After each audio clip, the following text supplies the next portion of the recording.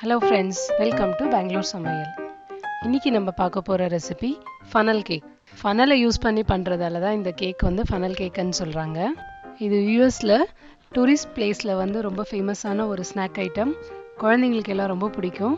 அதே மாதிரி ரொம்ப குயிக்கா ஈஸியா பண்ணிடலாம் இது. இதுக்கு தேவையான ஐட்டம்ஸ் என்னன்றதை இப்ப பார்க்கலாம். 1/2 கப் மைதா மாவு எடுத்துக்கோங்க. 1/3 கப் பால், ஒரு முட்டை, ஒரு சிட்டிகை உப்பு, ஒரு சிட்டிகை பேக்கிங் சோடா, ஒரு ஸ்பூன் சர்க்கரை, 2 ஸ்பூன் பவுடர்ட் சுகர்.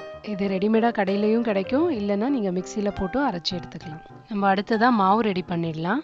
அதுக்கு ஒரு மிக்சிங் பவுல் எடுத்துக்கோங்க. ஒரு முட்டையை உடைச்சி ஊற்றிக்கோங்க. அதுக்கப்புறம் பேக்கிங் சோடா, உப்பு, சர்க்கரை, பால் இது எல்லாமே போட்டு ஒரு பீட்டர் வச்சு நல்லா கலந்து விட்டுருங்க.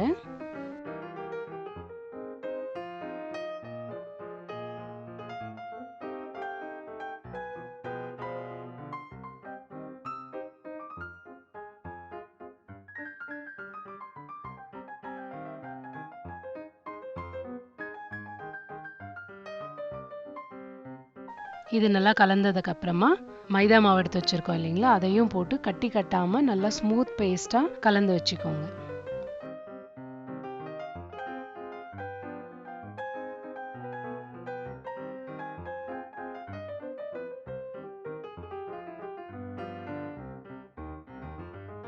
கரைச்சதுக்கு அப்புறமா லாஸ்ட்ல மாவு வந்து இந்த கன்சிஸ்டன்சில இருக்கணும். அப்பதான் நம்ம எண்ணெயில ஊத்தும் போது நல்லா கரெக்டா வரும். அடுத்ததா நம்ம இந்த மாதிரி ஒரு பாயிண்டியான ஒரு கப்ல வந்து இந்த மாவை மாத்திக்கலாம். அப்பதான் நமக்கு வந்து ஃபனல்ல ஊத்தி எண்ணெயில ஊத்துறதுக்கு ஈஸியா இருக்கும்.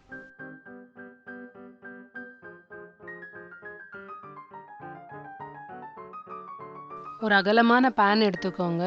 ஃப்ரை பண்றதுக்கு தேவையான அளவுக்கு எண்ணெய் ஊத்தி சூடு பண்ணிக்கோங்க. எண்ணெய் காயட்டும். அதுக்குள்ள நம்ம இதுக்கு தேவையான ஃபனல் பார்த்துடலாம். மீடியம் சைஸ் ஃபனலா வாங்கிக்கோங்க. ஹோல் வந்து இந்த சைஸ் இருக்கணும். அப்படி இல்லாட்டி ரொம்ப சின்ன ஹோலா இருந்தா முறுக்கு மாதிரி வந்துடும். ரொம்ப பெருசா இருந்தா கூட மாவு வேகாம இருக்கும். அதனால மீடியம் சைஸ் ஹோலா பார்த்து வாங்கிக்கோங்க.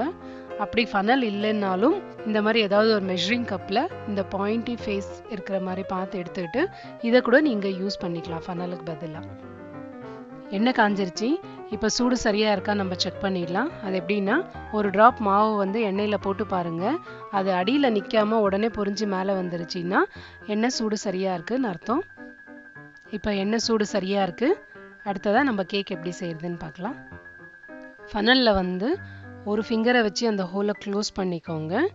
மேலே வந்து ஒரு 2 கரண்டி அளவுக்கு மாவு ஃபனல்ல ஊற்றிக்கோங்க. ஊற்றிட்டு அதுக்கப்புறமா கீழே நம்ம மூடி இருக்கோம் இல்லைங்களா, அந்த ஹோலை எடுத்துட்டு முறுக்கு பிழிகிற மாதிரி நம்ம ஊற்றிக்கலாம்.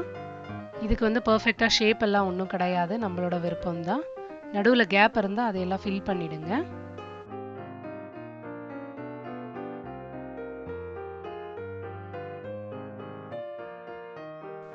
இது இப்போ வேகட்டும். கொஞ்ச நேரத்தில் பாருங்க, இங்கே கீழே எல்லாமே வந்து கோல்டன் கலராக மாறி வந்திருக்கு. அதுக்கப்புறமா நம்ம திருப்பி போட்டு இன்னொரு சைடும் அதே மாதிரி கோல்டன் கலர் வர்ற அளவுக்கு வேக வச்சு எடுத்துக்கலாம்.